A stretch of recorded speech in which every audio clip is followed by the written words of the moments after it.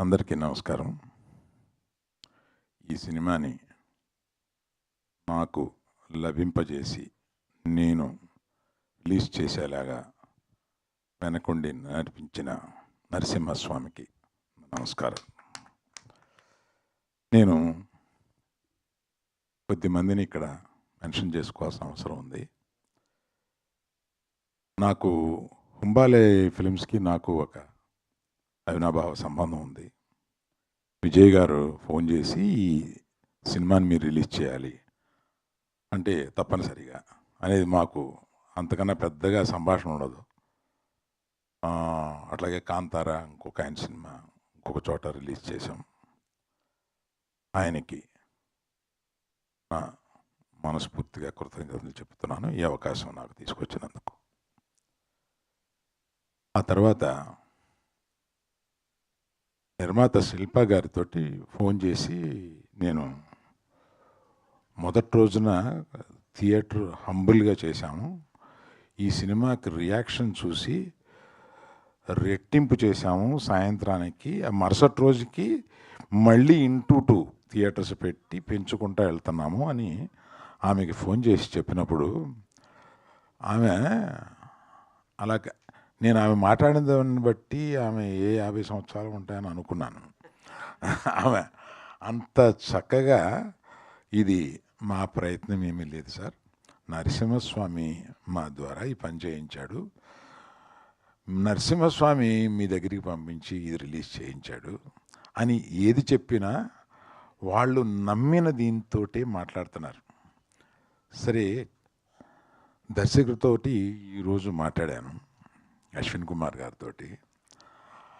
ఈ హంబుల్నెస్లో 2 రకాలు ఉంటాయి. హంబుల్నెస్ని ప్రజెంట్ చేస్తారు కొంతమంది, హంబుల్నెస్ని రియల్గా ఇక్కడ ఫీల్ అవుతూ ఉంటారు కొంతమంది. ఆ హ్యూమిలిటీని హంబుల్నెస్ని రియల్గా అశ్విని దగ్గర నేను చూశాను. నేను దానికి నిజంగా వీళ్ళు ఇంత ఆ ప్రయత్నం ఎన్ని కష్టాలు పడ్డారో. 2020 యూ స్టార్టెడ్ దిస్ ఇన్ 2021. 2021 నుంచి ఇప్పటి వరకు ఈ సినిమా తీయడానికి ఎన్ని కష్టాలు పడ్డారో అది పొద్దున చెబుతుంటే నిజంగా వాళ్ళకి మొండితనంతో ఆ సినిమాని పూర్తి చేయాలన్న ఒక పట్టుదలతోటి 3 సంవత్సరాలు దాని వెనకాల పడి దాన్ని పూర్తి చేశారు.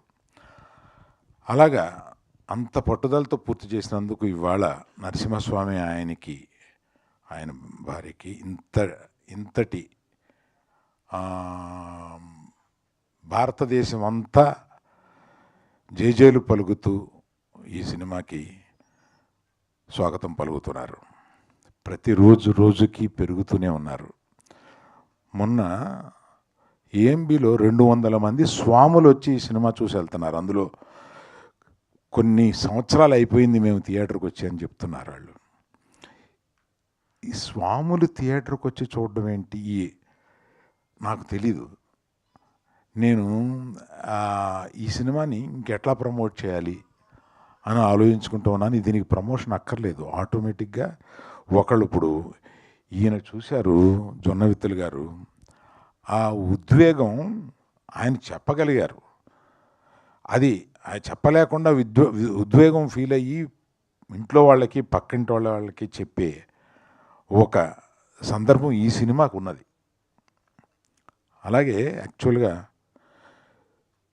తనికెళ్ళ భరణి గారికి జొన్నవిత్తులు గారికి నేను ఒక రకంగా కృతజ్ఞత ఎలా చెప్పాలంటే, మా గీతా ఫిల్మ్ డిస్ట్రిబ్యూటర్స్లో అడిగారు, ఏమంటే ఇది నెక్స్ట్ మన నిర్మాత దర్శకులు వస్తున్నారు కదా, అప్పుడు మనం చీఫ్ గెస్టులుగా ఎవరిని పిలిస్తే బాగుంటుంది అని అంటే, నేను తడుముకోకుండా మనం పిలిస్తే పెద్ద పెద్దవాళ్ళు వస్తారు కానీ ఈ సినిమాకి పిలవాల్సింది భరణి గారిని జొన్నవిత్తులు గారిని పిలవాలి, నేనే వాళ్ళకి ఫోన్ చేసి రమ్మని చెప్తాను అని ఇమీడియట్గా వాళ్ళకి ఫోన్ చేస్తే, ఈ సినిమా గురించి ఆల్రెడీ విన్నామండి, అబ్బో గొప్ప సినిమా అంట కదా అంటే, ఇవాళ సాయంత్రం మీరు వీలు పెట్టి కుటుంబంతో సహా మీరు వెళ్ళి ఈ సినిమా చూడండి అని త్రిబిలియలో వారికి ఏర్పాటు చేస్తే వాళ్ళు చూసి ముగ్ధులై ఇప్పుడు చెప్తున్నా.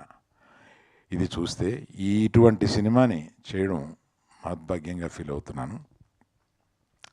ఈ నరసింహస్వామి ఈ సనాతన ధర్మాన్ని నమ్మిన ఇక్కడ ఉన్నవాళ్ళంతా ఈ సనాతన ధర్మాన్ని నమ్మిన వాళ్ళు. మీకు ఇంకొక విషయం పవన్ కళ్యాణ్ గురించి చెప్పాలి.